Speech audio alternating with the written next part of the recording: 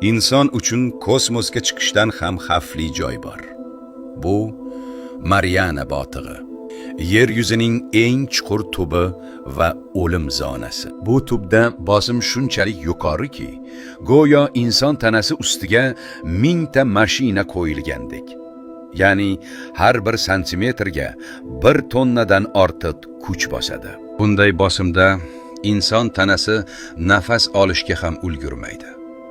Bir soniyadan ham kam vaqtda u butunlay parchalanib ketadi.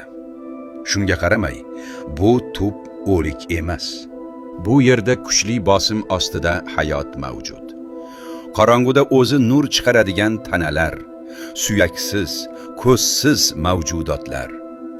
Ularning shakli ham, hayoti ham inson mantiqiga bo'ysunmaydi. 1960-yilda insoniyat ilk bor maxsus kapsulada bu tubga tushdi.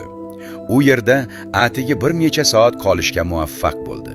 Chunki bu chuqurlikdagi bosim hatto kapsulani ham parchalab yuborishga qodir edi. Bu yerda bosim ostida yashovchi jonzotlar hanuzgacha sir bo'lib qolmoqda. Inson ilmi cheklangan, ammo yaratganning qudrati cheksiz.